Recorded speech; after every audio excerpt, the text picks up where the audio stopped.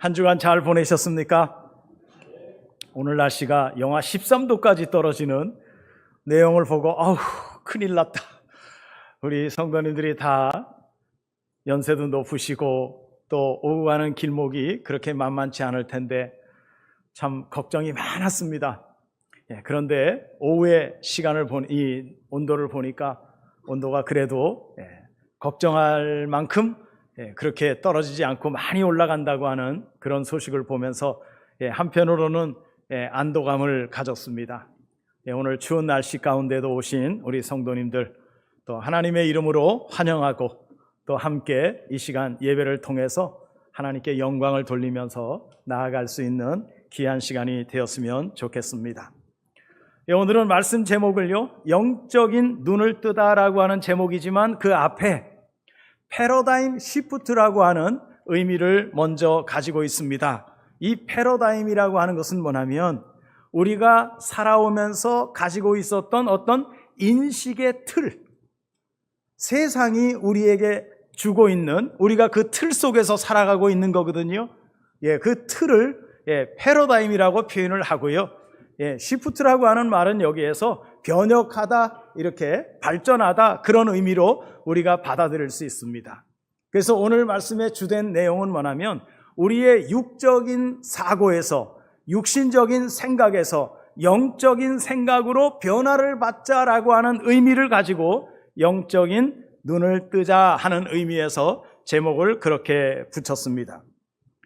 1999년도에 영화가 하나 나왔어요.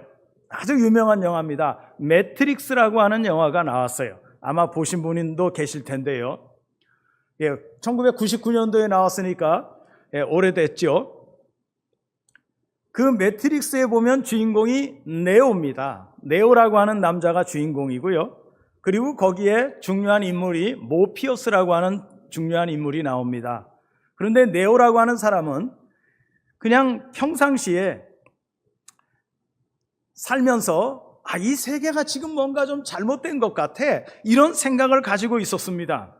그래서 막연한 불안이 생기고 세계가 뭔가 잘못됐다고 하는 직감을 품고 살았는데 그 앞에 모피어스라고 하는 사람이 나타나면서 마침내 네오라고 하는 주인공이 진실을 볼 수 있는 문턱에 서게 됩니다. 그러면서 이 주인공 네오에게 이 모피어스가 빨간 약과 파란 약을 가지고 와서 그거를 그 중에 하나를 선택하라 그럽니다. 그런데 뭘 선택했을까요? 파란 약은 의미가, 이야기는 여기서 끝납니다.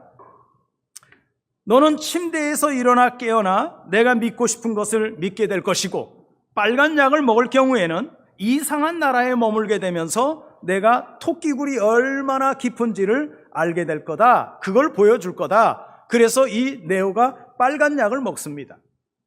쉽게 말하면 파란 약을 먹으면 지금까지 믿어왔던 가상세계의 안온함 속에서 머물게 될 것이지만 내가 만약 빨간 약을 먹게 되면 고통스럽더라도 진실의 세계를 마주하게 된다는 말입니다.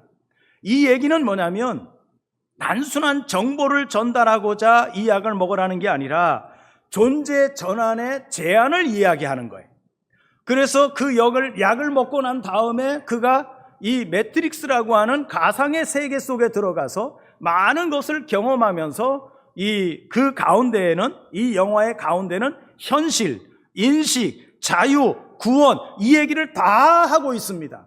그래서 많은 사람들이 이 주인공 네오가 우리의 구원자인가 아닌가, 그거를 지금 보게 하는 그런 의미의 영화입니다. 혹시 기회가 되시면 오래되었지만 여러분들 매트릭스라고 하는 영화를 치면은요, 지금도 얼마든지 볼 수 있습니다. 한번 보십시오. 재미있습니다. 그 안에는 여러 가지 많은 의식 구조에 대한 내용들을 다루고 있기 때문입니다. 그래서 이 모피어스라고 하는 사람이 주인공에게 나타나서 진실을 설명하지 않고 오직 문을 열 수 있는 선택권이 너에게만 있다, 이것만 요구하고 있습니다. 제가 왜 이런 말씀을 드리냐면 오늘 본문에 등장하는 고린도전서 2장의 말씀, 사실은 1절부터 5절까지 읽었는데요, 16절까지 다 읽어야 오늘 말씀 함께 나눌 수 있는데 별 어려움이 없으리라 생각하고 16절까지의 내용을 같이 나누면서 은혜를 나누려고 합니다. 오늘 사도 바울이 고린도 교회를 향해서 던지는 메시지가 바로 이 빨간 약을 먹으라는 거예요. 우리는 흔히 지식이 쌓이고 경험이 많아지면 세상을 더 잘 이해할 수 있으리라고 생각합니다. 하지만 토마스 쿤이라고 하는 학자는 그의 저서 과학혁명의 구조라고 하는 데서 이런 말을 합니다. 진정한 변화는 지식의 누적이 아니라 패러다임 시프트, 즉 세상을 바라보는 틀 자체가 완전히 바뀌는 혁명이다라고 말하고 있어요. 여러분, 마태복음에 보면 이런 얘기가 나오죠. 상대의 티를 빼기 전에 먼저 너의 뭐를 빼라 그래요? 들보를 빼라 그래요. 이 들보가 뭔 줄 아세요? 들보라고 하는 성경의 원어를 찾아보면은요, 이 들보라고 하는 뜻이 뭐냐면 고정관념을 이야기하는 것으로 우리가 해석을 할 수가 있습니다. 나의 고정관념에 갇혀서 그 갇힌 고정관념 틀 안에서 상대방의 작은 티 하나를 지적하면 안 된다는 거예요. 그래서 성경은 뭐라 그럽니까? 고정관념을 빼버리라 그래. 너의 들보를 빼라. 그리고 나서 상대방의 티가 있든 뭐가 있든 그것을 지적할 수 있다라고 말하는 거예요. 여러분들은 고정관념이 있어요? 없어요? 없어요? 있어요? 없어요? 있어요. 예수 잘 믿으면서도 고정관념 속에 딱 틀이 잡혀가지고 여기에서 벗어나면 안 돼. 하면 안 돼. 못해. 그건 아니야. 이런 말을 우리가 하게 된단 말이에요.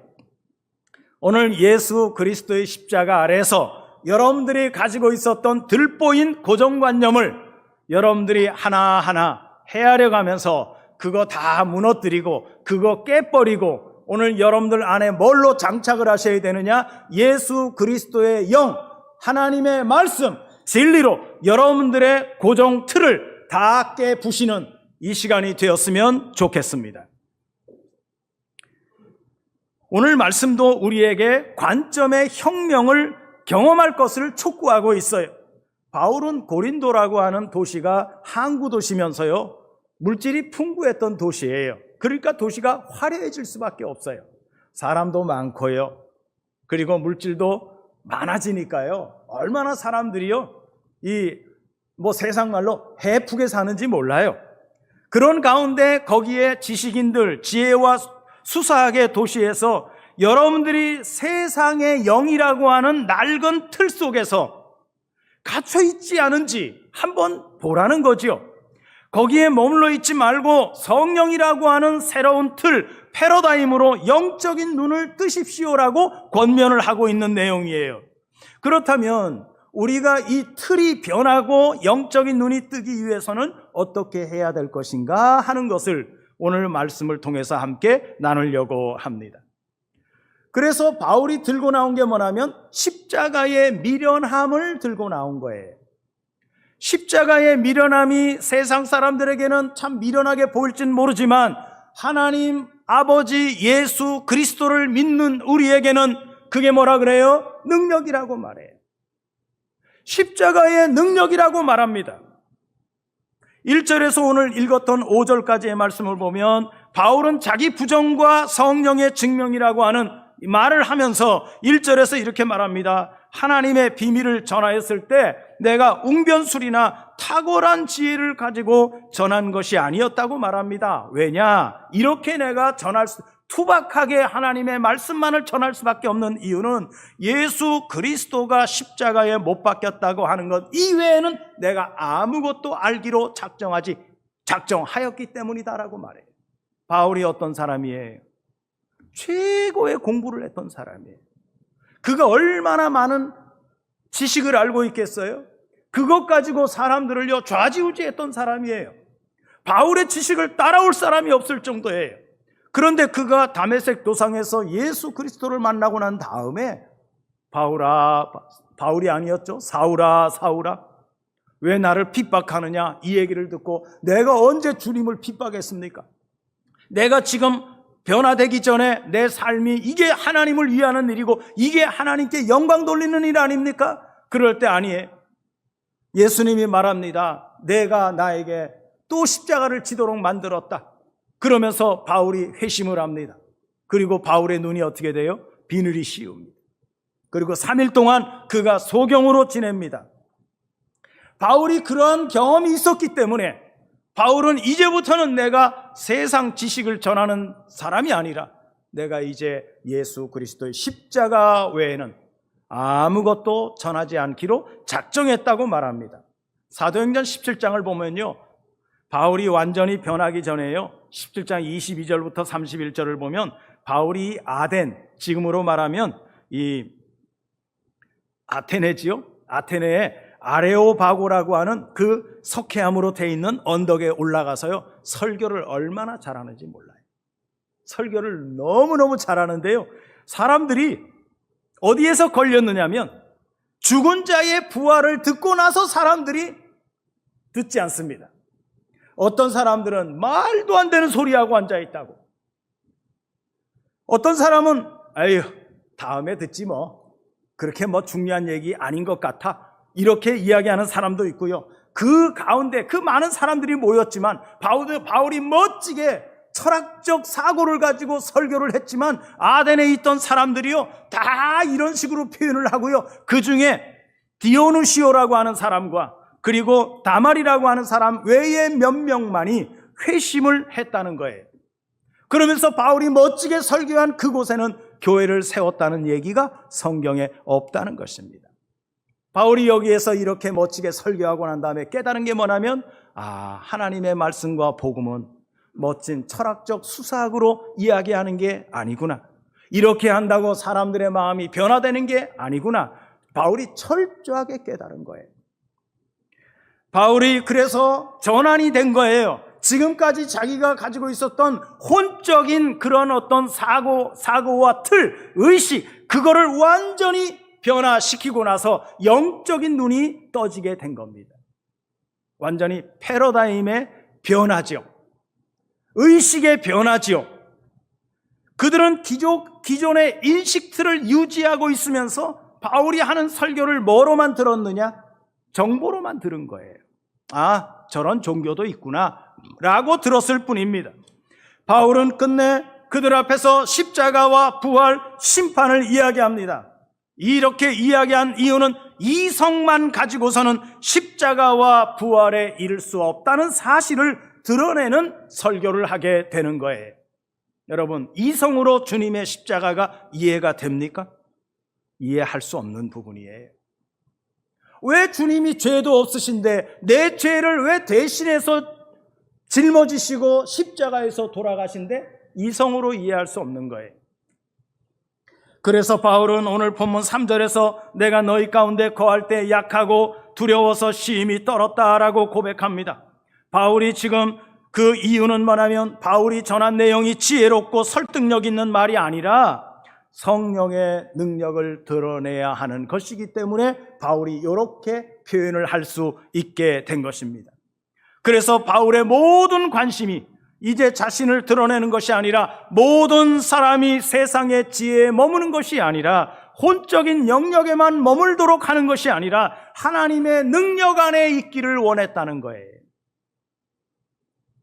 그러면서 바울은 그들이 말하고 있는 지혜에 대한 개념을 하나님의 지혜로 바꾸어서 이야기합니다. 지혜는 동일한데, 그런데 이 지혜는 세상의 지혜가 아니라 지금까지 감추어졌던 하나님의 지혜라는 거예요. 이 지혜는 세상의 어떤 통치자도 깨닫지 못한 지혜라고 말하고 있습니다. 하나님의 신비로운 지혜라고 말해요. 이 지혜는 사람의 머리로는 도저히 상상할 수 없는 지혜입니다. 그런데 하나님이 그 비밀을 성령님을 통해서 우리에게 보여주셨다는 거예요. 그래서 여러분, 교회 안에서는요, 많이 배우고 적게 배우고가 중요한 게 아니에요. 뭡니까? 하나님의 성령이 우리에게 임하시면은요, 우리에게 맞게, 우리 형편과 조건에 맞게 이해할 수 있는 은혜롭게 하나님께서 역사하심으로 말미암아 우리가 믿을 수 있는 믿음을 가질 수 있게 된다는 거예요. 그래서 교회에서는요, 지식 자랑 소용이 없는 거예요. 나 어디 나왔어? 뭐 하면서 이야기할 필요가 없는 거예요. 왜? 하나님의 성령을 통해서만 우리가 이 비밀을 온전히 알 수 있게 되는 것이죠. 그래서 성경은 하나님의 모든 깊은 것까지 아신다고 말해요. 보혜사 성령이 우리에게 오셔서 우리에게 깨닫게 하고 가르치기도 하고 알려주실 때만 우리는 하나님의 깊은 것까지 알 수 있게 되는 것입니다. 바울이 그래서 그런 얘기하는 거예요. 마치 그 사람의 속마음을 그 사람 안에 있는 영 말고 누가 알겠느냐라고 말해요. 여러분, 여러분들의 속, 여러분들이 가지고 있는 그 속마음 누구만 알아요? 여러분들 안에 있는 영만 아는 거예요. 남편과 부인이 같이 살지만 남편의 속마음을 다 압니까, 여러분? 다 몰라요. 또 남편이라고 해서 부인의 마음을 다 알아요? 몰라요. 모르는 게 많아요. 그러나 그냥 인내하고 참고 말 안 하고 그냥 그렇게 살아가는 것뿐이지, 함께 사는 사람이니까, 함께 사랑하고 사는 사람이니까 그렇게 사는 것뿐이지 다 알진 않아요. 여러분 다 압니까? 남편이 여러분들 마음을? 몰라. 안다는 건 거짓말이에요. 그런데 누구는 알아요? 하나님의 성령은 여러분들의 속마음을 알고 계신다는 거예요. 하나님의 영을 통해서 우리가 누구를 알 수 있어요? 하나님을 알 수 있는 거예요. 영만 통해서 알 수 있는 거예요. 하나님의 영이 아니고서는요, 절대 우리는 하나님의 뜻을 알아낼 수 없습니다. 분명한 사실은요, 성도들은요, 오늘 이 자리에 계시는 우리 성도님들은요, 세상의 영을 받은 게 아니에요. 하나님께로부터 온 영을 받은 겁니다. 그래서 우리는요, 말재주가 아니라 오늘 성령님이 가르쳐 주신 언어로 영적인 진리를 알게 되고 그것을 나가서 설명하고 전도할 수 있는 능력을 얻게 되는 것입니다. 내가 사람을 누군가를 전도하기 위해서 오늘 내가 누구를 만나는데 어디부터 시작을 해야 될까? 서론은 뭘로 하고 본론은 뭘로 하고 결론은 어떻게 내려야 될까? 여러분 걱정하지 마세요. 여러분들이 그런 마음과 작정을 하고 누구를 만나서 이야기를 하게 될 때 오늘 여러분들 안에 계시는 성령님이 여러분들의 입술을 주장하시고 여러분들의 생각을 주장하셔서 여러분들로 하여금 여러분들이 생각지도 못한 말들을 꺼내서 그들의 마음을 열게 하고 복음의 진리를 받아들일 수 있도록 만들어주시는 하나님의 성령이신 줄로 믿습니다.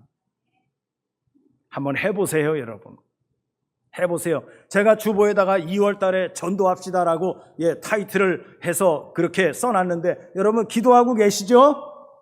전도하셔야 돼요. 전도하셔야 돼요. 매일 교회에 자리가 비었네라고 기도만 하지 말고 여러분들 전도하셔야 돼요. 전도함으로 말미암아 내 옆자리가 채워질 수 있어요. 그런데 그것을 여러분들의 지식이나 여러분들의 학식을 가지고 전도하는 게 아니라 여러분들 안에 계시는 하나님의 성령이 여러분들의 마음을 뜨겁게 달궈주셔서 여러분들이 그렇게 할 수 있는 사람으로 만들어주시는 은혜가 있게 되는 줄로 믿습니다. 내 능력이 하나도 없다고요. 내 능력이 하나도 없다고요. 오직 하나님의 은혜가 내게 임해서 그 임한 능력이 나로 하여금 역동적인 전도의 대열에 설 수 있도록 만들어 주시면 오늘 여러분 교회는 부흥할 수 있을 겁니다. 이러한 원리로 보면 성령이 없이 자연적인 본성 그대로 사는 사람은 하나님의 영이 하시는 일은요 이해할 수 없게 되는 것입니다. 그들은 복음을 그저 말도 안 되는 헛소리, 오늘 본문에도 나오잖아요. 이 아덴에 있었던 사람들이요, 바울이 멋지게 설교했는데요, 사도행전에서요, 사람들이요 말되지도 않는 소리 한다고 부활이 어디 있어? 죽은 자가 어떻게 일어나? 사람들이 이게 반응이에요. 이게 정당한 거예요. 그들은 이해하려고 해도 이해할 수가 없는 겁니다. 그들은 그것을 이해할 수 있는 주파수가 없는 거예요. 반면 성령을 모신 하나님의 신령한 사람들은 모든 상황의 진정한 의미를 꿰뚫어 볼 수 있다는 거예요. 세상은 그런 우리를 이해도 하지 못하고 비판하겠지만 우리는 놀랍게도 그리스도의 마음을 선물로 받은 사람들이에요. 그래서 우리는 그리스도의 눈으로, 믿음의 눈으로, 영의 눈으로 세상을 볼 수 있는 것입니다. 이것은 일종의 인식론의 대전환이에요. 패러다임 시프트예요. 영적인 눈을 뜨게 하는 거예요. 본문을 기록한 목적이 분명합니다. 그것은 분파주의와 지적 교만을 깨뜨리기 위함이죠. 고린도 교회의 상황이 그랬으니까요. 다시 말해서 세속적인 관점의 패러다임에 영적인 눈이 떠지는 영적인 패러다임으로 변화를 추구하라는 거예요. 여러분, 이것은 여러분들 힘으로 절대 되지 않습니다. 누구만이 할 수 있습니까? 하나님만이 하실 수 있습니다. 나의 의식의 변화, 내 속에 있었던 들보, 내가 가지고 있는 고정관념, 이 모든 것들은 누구만 할 수 있느냐? 하나님만이 하실 수 있다는 것입니다. 그래서 그 변화의 중심에 십자가의 은혜를 기억하라고 말하는 거고요. 겸손한 삶의 자세를 취하도록 사도 바울이 지금 촉구하는 거예요. 고린도 교인은 4개의 파로 나눠졌어요. 바울파, 아볼로파, 게바파, 그리스도파 이렇게 나뉘게 된 이유는 뭐냐면 단순히 리더에 대한 선호도를 뛰어넘어서 어떤 리더가 더 철학적이냐, 어떤 리더가 더 세련된 지혜를 가졌느냐라 그것을 두고 벌린 지적 우월감에 대한 파벌 논쟁이었어요. 교회는 이러면 안 돼요, 여러분. 교회는 성령 안에서 하나로 다스려져야 되고요. 성령님의 인도하시는 대로 따라가는 게 교회여야 합니다. 바울은 여기에서 문제를 해결하는 방법을 혼적인 단어와 영적인 단어라고 하는 단어를 쓰면서 이야기합니다. 혼적인 단어는 한마디로 표현하면 육에 속한 사람이라고 표현해요. 혼을 따라가는 사람이죠. 혼을 따라 사는 사람이에요. 거듭남의 경험이 없습니다. 원래 인간의 본성인 지성과 이성과 감정만을 의지하면서 일종의 자연 상태의 인간이죠. 이러한 인간은 아무리 똑똑하고 학식이 높아도요, 하나님의 일, 즉 십자가를 이해할 수 없고요. 오히려 십자가 사건이 뭐라고 표현하느냐? 저건 미련한 짓이야 라고 표현할 수밖에 없는 존재예요. 이게 세상 사람이에요. 여러분, 그들을 그렇다고 해서 미워하지 마십시오. 그들에게는 영적인 주파수가 개통이 되지 않았기 때문에요. 영적인 주파수를 잡을 수가 없는 거예요. 그래서 복음의 가치와 의미를 이해할 수 없고요. 그러다 보니까 받아들이지 못해요. 제가 어떤 분이 연세가 높으신 분이요. 성경 딱 그 한 구절 알아요. 그게 뭐냐면 노아 홍수의 이야기. 그걸 가지고서 뭐라고 얘기를 하냐면 노아가 그때 사람이 어디 있어가지고 그래서 옳지 않다 그런 얘기를 하는 거예요. 그래서 하도 어이가 없어가지고 제가 말을 못하겠더라고요. 하도 어이가 없어가지고. 여러분, 사람들은요 그저 들은 거, 어디에서 들은 거 그것 가지고 와서요 믿는 사람들을 공격을 해요. 그런데 여러분, 우리가 성경에 대한 어떤 사건이나 내용들을 제대로 알지 못하면요 대답 못합니다. 대답할 수 있어야 되는데 대답 못합니다. 그러니까요 말문이 딱 막혀가지고요 더 이상 말을 해봤자 소용없겠다라는 생각이 들어요. 그러니까 힘들더라고요. 여러분, 반면 영적인 사람, 신령한 사람은요 뭐를 소유했어요? 성령을 소유한 사람이에요. 여러분들은 다 성령이 소유가 된 거지요. 성령께서 여러분들을 인도하시는, 성령이 나의 주인이시다라고 하는 생각을 가지고 사시는 거지요. 그래서 성령의 조명을 통해서 세상을 바라볼 수 있고요, 해석할 수 있고요, 사람도 성령의 렌즈를 가지고 볼 수 있게 되는 거예요. 이런 사람들은요 세상이 미련하다고 버린 십자가에서 하나님의 지혜와 하나님의 능력을 발견하게 되는 거예요. 그래서 분별할 수 있는 능력이 생기고요, 그리스도의 마음을 소유하고 하나님의 깊은 뜻을 따라 사는 삶을 이루어가게 되는 것입니다. 마틴 루터는 이 이야기를 십자가의 신학의 정수로 보았고요, 인간이 자기 지혜로 하나님을 찾으려고 하는 것은 교만이고 오직 십자가의 낮아짐 속에 자신을 계시하신 하나님의 성령으로 만나는 것만이 참된 지혜다라고 표현을 했습니다. 볼트만이라고 하는 사람은 인간은 성령이라고 하는 계시가 있을 때만 비로소 자기 존재의 참 의미를 깨닫는 신령한 존재가 될 수 있다라고 말씀하고 있습니다. 여러분들은 여러분들 자신이 어떠한 존재인지 성령의 조명을 통해서 깨달은 줄로 믿습니다. 이런 논증을 통해서요, 바울은 인식의 대혁명이 일어나도록 촉구합니다. 너희가 세상의 똑똑함을 자랑하고 파배를 나눈 것은 여전히 육의 그 틀 속에 갇혀 있다는 증거라는 거예요. 이제 성령을 통해서 십자가라고 하는 역설의 지혜를 깨닫고 그리스도를 품는 신령한 자로서 일치를 이루는 삶을 살라고 권면하고 있습니다. 오늘 바울은요, 고린도 교인들을 향해서만 하는 얘기가 아니라 오늘 이 자리에 계시는 우리에게도 이렇게 살라고 권면하고 있다는 것을 나의 얘기로 들었으면 좋겠습니다. 이거는 누가 들어야 될 얘기야? 아니요, 나에게 하는 얘기로 여러분들이 다 들으셔야 돼요. 그래서 바울은 15절에서 우리 읽진 않았지만 제가 16절까지라고 그랬는데요, 15절에 보면 뭐라고 얘기합니까? 신령한 자는 모든 것을 분별한다라고 말하고 있어요. 영적인 눈을 가진다고 하는 것은 판단하고 심판하는 교만의 눈이 아니에요. 세상의 가치를 십자가를 통해서 재해석할 수 있는 능력을 이야기하는 겁니다.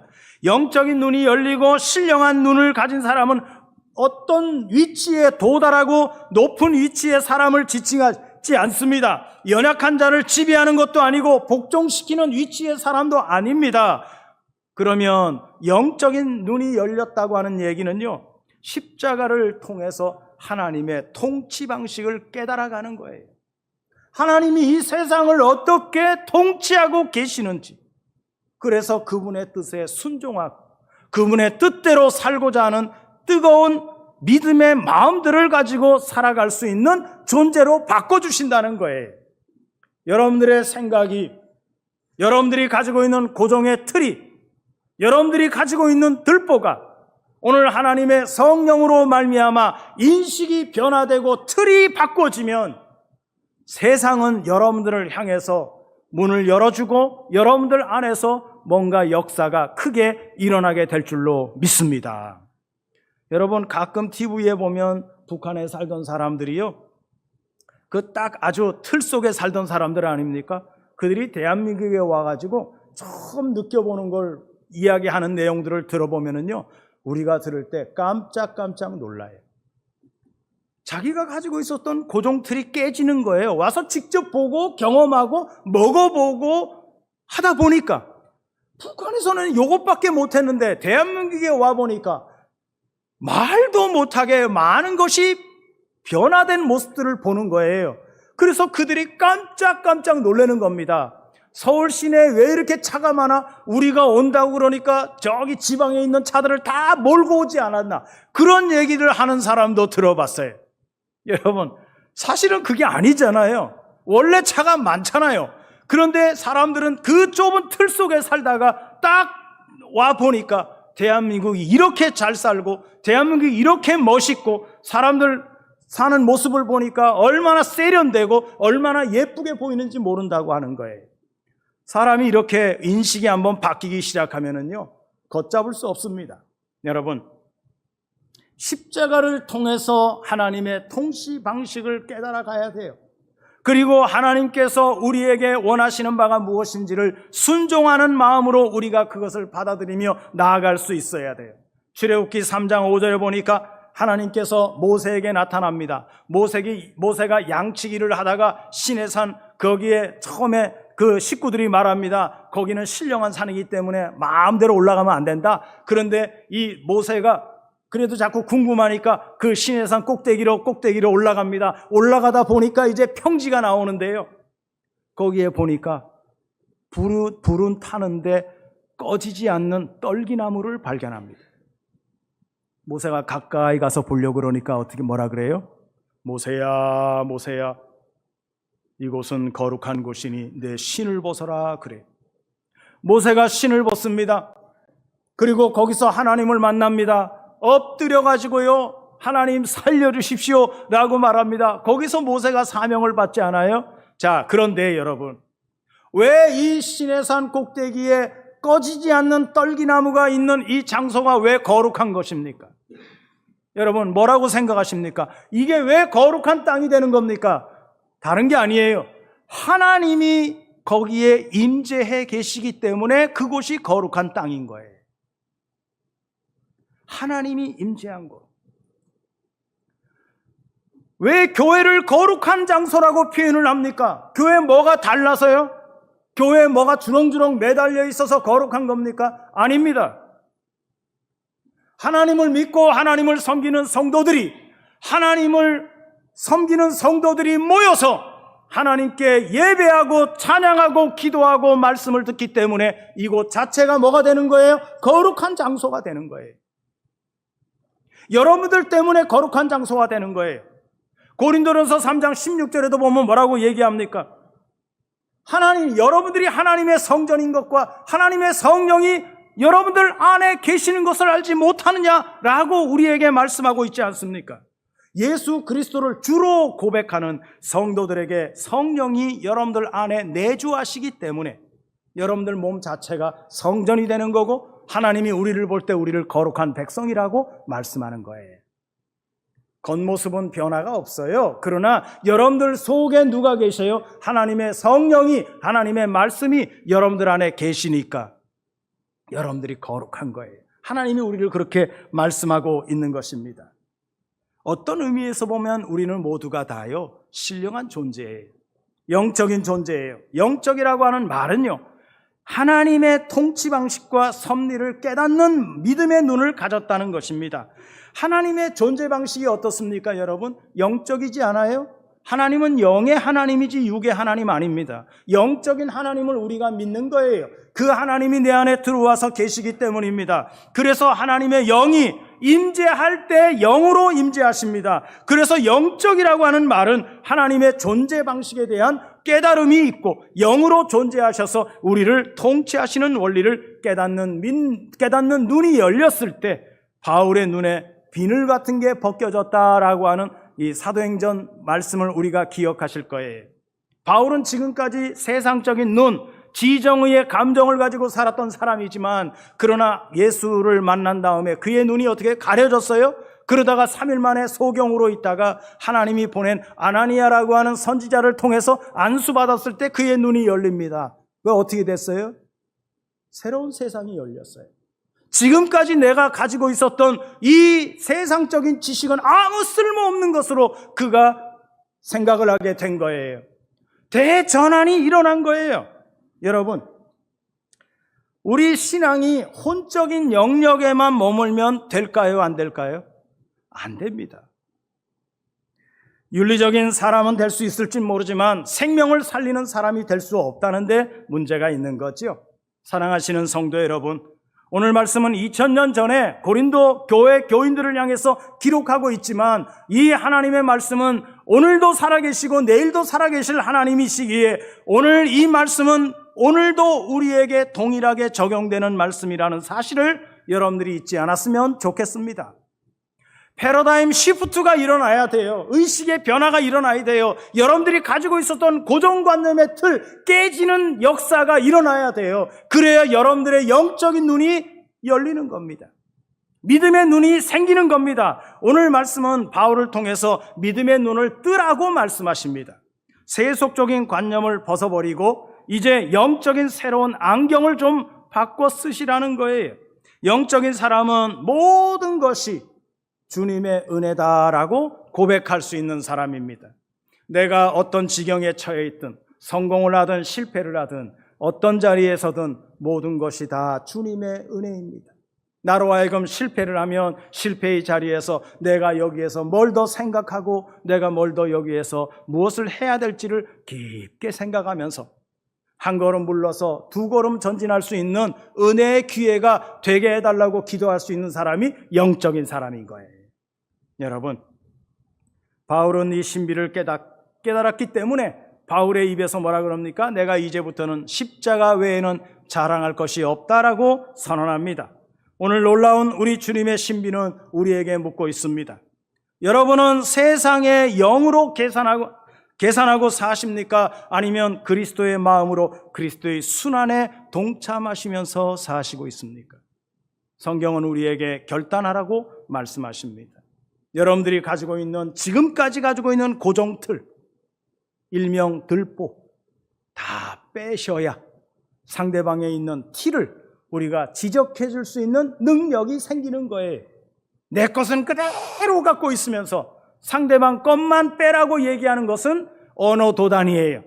그거는 안 되는 거예요. 될 수가 없는 거예요. 여러분들의 의식이 변화되고 혼적인 의식이 영적인 의식으로 온전하게 변화되어졌을 때 비로소 하나님의 역사가 여러분들의 삶을 통해서 비춰지고 나타나게 될 줄로 주님의 이름으로 축복해 드립니다.